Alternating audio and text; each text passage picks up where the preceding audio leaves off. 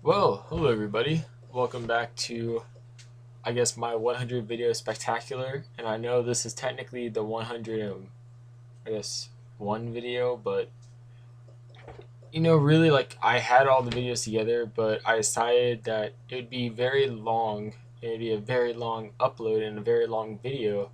And I just assumed it'd be easier for not only my computer to render, but for everybody else to watch it if it was in three separate parts. So I have it all split up and it's all ready to go after it renders. I'll upload it and good things like that. And also, I'll be reviewing Amazing Spider-Man, the video game, tomorrow. I spent this whole week basically since I got on Monday. I've been spending since Monday basically playing it, beating everything. I beat on superhero mode, which was like its hard mode, I guess. Even though I didn't feel like it was that hard, but I'll get to that in the review. But I've been really busy getting all the other collectibles and things like that. So yeah, my review comes out tomorrow, so check that out. But let's get to, I guess, the main thing, and that is basically hybrid, or my me personally, my top videos, or sorry, my top characters. So, and they're not the top because they're the most powerful, but they're the top because they're my favorite characters, and I'm going to tell you why in the video. So I guess we should begin. So number one on my favorite list is Spider-Man, and there are numerous reasons why, but I'll just condense it into two reasons. One, he was a hero I grew up with that I really read ever since I could read a comic book. Like, I can't say that about a lot of comics, but one comic that I can always say I read as soon as I learned about it was The Amazing Spider-Man. And mostly because I just love the character. He's a very unique character. He's essentially the first of his kind, and by that I mean he's the first like teenage superhero to really appear without any mentor whatsoever. So everything he did was by himself. And honestly, he's just a really relatable character. And I feel if it weren't for Spider-Man, we wouldn't have as many complex characters as we have nowadays. Because obviously, with the success of Spider-Man's character, that made just about every other character to come out after him, and just about a lot of other characters to be rebooted and then given this very complex story. So, Spider-Man, props to you, and you're my number one, I guess, favorite. So then we go to number two.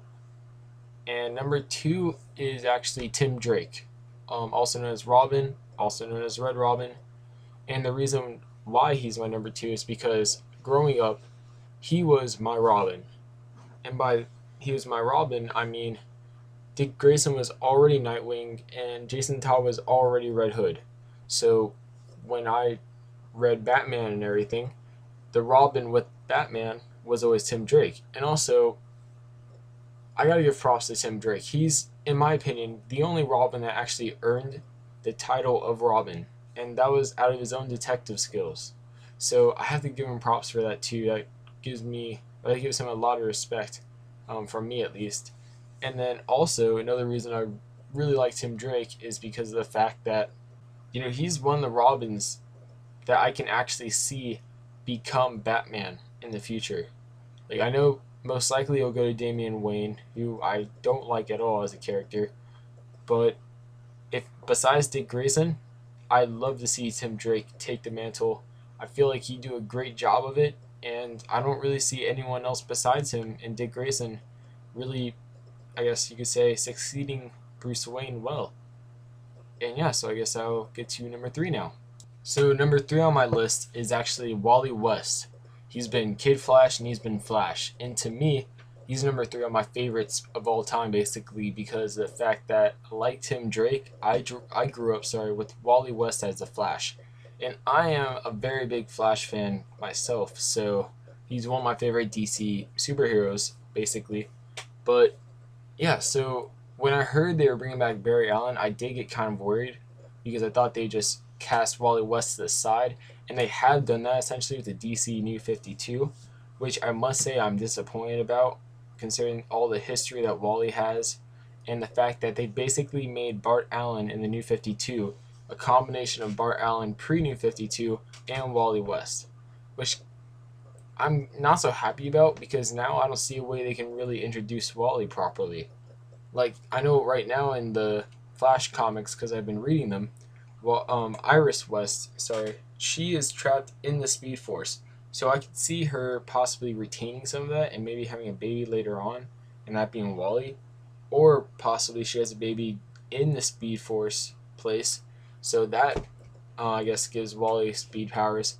But overall, I still wish that they wouldn't just went with Wally in the first place. I feel it's a huge disrespect to the character. And also, just overall, another reason why he's my favorite character, though, is that he's one of the few characters that from the start, he actually reminds me a lot of Bucky in a way, because of the fact that, he started off as a kid, as a sidekick basically, and he built his way up. He earned what he has. Basically, he earned to be the Flash, which is why, in a way, I'm kind of upset that DC has really tossed him to the side. Because, admit it, in the Justice League TV show, who was your favorite member besides Batman? Because everybody seems to love Batman. Because I know mine was Wally West. That was the Flash in Justice League. A lot of people seem to forget that, but yes, that was Wally West. And the same thing with Kid Flash and Young Justice. That was Wally West as well. And you gotta admit, he was a pretty, likable character. So honestly, for me, he's my number 3 favorite, and I guess I'll get to number 4 now. Alright, so let's get started with Spider-Man's top 5 enemies. And basically, these aren't the most powerful enemies he's faced, and these aren't the ones that have done the most damage to him. These are the ones that I think are the most dangerous to Spider-Man and Slash, or throughout their comic book run, have proven to be his greatest enemies. So, without further ado, I guess I'll get started.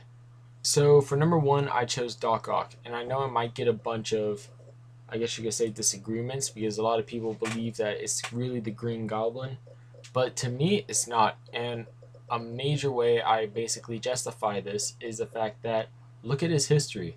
He's one of Spider-Man's first villains. And with that being said, he's also the master planner. He was one behind the recent Ends of the Earth event. And it's just a perfect example of really how cold and calculating he is Spectacular Spider-Man show.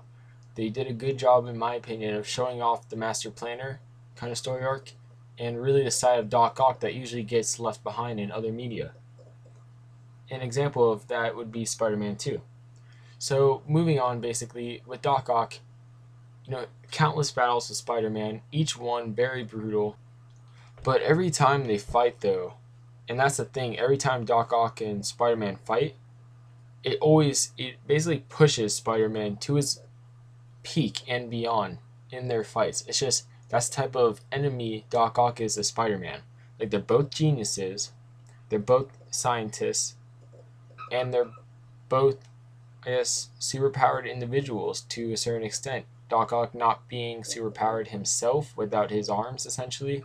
That's showing in the Ends of the Earth storyline, and a little bit before that, as his body is failing finally after numerous encounters with superpowered individuals. Essentially, it's really hard to put it in words, but if you really want to know what I'm talking about, go to Marvel Wikia or just read the comics with Doc Ock, and you'll understand why he is at least somewhat number 1 when it comes to Spider-Man's enemies. So number 2 on my list is Norman Osborn. He's been the Green Goblin, Iron Patriot, and just Norman Osborn himself as a villain to Spider-Man. And I must say, if you are looking for villains that have probably done the most damage to Spider-Man, personally, I wouldn't really be able to look much further at first glance than Norman Osborn. The reason being is because he basically is the one responsible for the whole Gwen Stacy thing. And with that being said, that was a very, as you could say, that was the thing that cemented in most people's minds nowadays that Norman Osborn is Spider-Man's greatest villain. And honestly, with that being said, they've really carried that on. I don't think anyone really, besides me that I know of, really considers Norman Osborn not to be the greatest villain. And, arguably it's very close. Like, I was really debating on whether to put him as number 1 or not when I was making this list, because he has, I guess, the credentials to be number 1. But then Doc Ock, to me, just has more.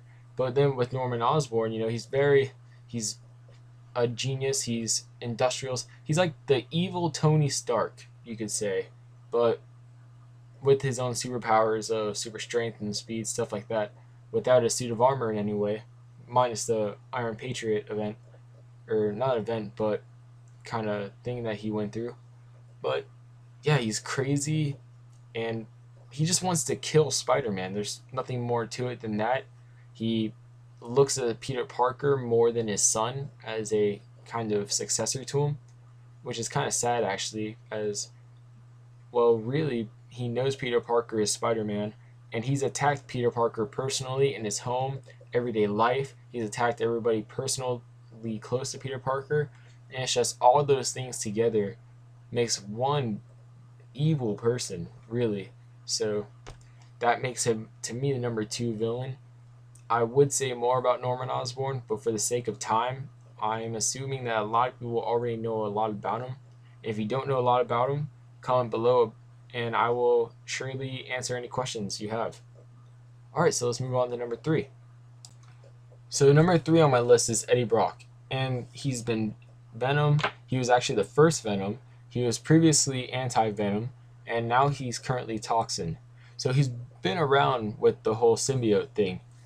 But basically the reason why he's number 3 is because, especially as Venom, he would mess with Spider-Man to basically Spider-Man's max. He even went to Mary Jane while they were still married and terrorized Mary Jane to the point where she was dead afraid of that black suit. And honestly, it really shows Venom as a villain. Like, yes, at times he gets along with Spider-Man and works together with Spider-Man, but when we really get down to it, he is a villain. And also, when you think about Venom, you think he doesn't get affected by Spider-Man's spider sense, and he has all of Spider-Man's abilities. So it makes one tough villain right there itself. But with the history he has with Spider-Man, as well, it's like every time they come into a conflict, Eddie Brock is always messing with Peter Parker. He's always doing something to Peter Parker just to make it worse, basically. Like with Anti-Venom, he can take away his powers, and Edge of Time showed that with having mind-controlled Anti-Venom kill Spider-Man. And then I don't know what he's going to do as Toxin, because he recently just turned into Toxin. But as Toxin, I can bet you he's going to do something else to Spider-Man, which would just cement him more as within the top 5 list of Spider-Man's greatest enemies. And honestly, with that being said, this guy is just intense, really. He's just very intense villain, and I personally think that he's worth number 3 on this list. So number 4 is the Lizard, and basically the Lizard is Dr. Curtis Connors, or Connors.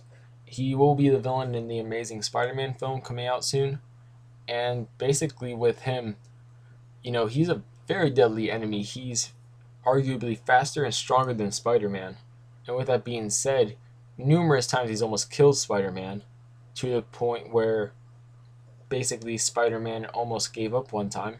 And then with that being said, he's killed Dr. Connor's son. He's basically destroyed various things hold dear to not only him but Spider-Man. And it's like every time they come into conflict, it's not just a physical conflict, it's a personal conflict. Like, this is the guy that Peter Parker looked up to as a mentor, not just for science, but also as a personal mentor. It's just with all of the stuff that goes on. It's a very, whenever they meet, it's a very intense, and not intense in a way I would say with Venom, where it's always a very physical or mental intense moment. But with the Lizard, it's a emotional, it's a physical, and a mentally intense moment, because for Spider-Man, he's not only battling the Lizard, but in a way he's battling his mentor himself being held prisoner. So really, with that being said, the Lizard to me is the 4th greatest villain of Spider-Man. He's also a very good fighter, and with that being said, leaves Spider-Man almost broken every time they fight. And if you don't believe me, check out their fights. They're pretty intense usually. And with that being said, nothing more I can say. You will check it out in the Amazing Spider-Man film coming out soon. Looks like the Lizard gives Spider-Man a beatdown from what we've seen so far. And I'll move on to number 5 now, which might come as a surprise. So number 5 on my list is the Jackal. And if you don't know who he is, he hasn't really gotten that much spotlight besides recently with the whole Spider Island thing. And with Spider Island, he's the one responsible for basically all the science behind making these, I guess, genetically engineered bed bugs that give people spider powers. But with that being said, he's also the one responsible for the cloning, and he's also crazy obsessed with Gwen Stacy. So all that put together makes a pretty, good enemy, I'd say. But without that being said, he's also a enemy on his own. Besides the cloning, he's he. It's odd because this was a person you wouldn't expect to be a villain, which is a college professor. Well, actually, when I think about it now, I could see how he'd be a villain. But with that being said, great villain, I think, and I think he's right behind the Lizard, number 5th top villain of Spider-Man's Rogue Gallery. And I know this might be kind of, you could say, odd because a lot of people don't put the Jackal this high up on a list. But when you look at his credentials, and I feel like I've been using a lot of words like that lately, but back to the video, when you look at his credentials, he's practically earned his place.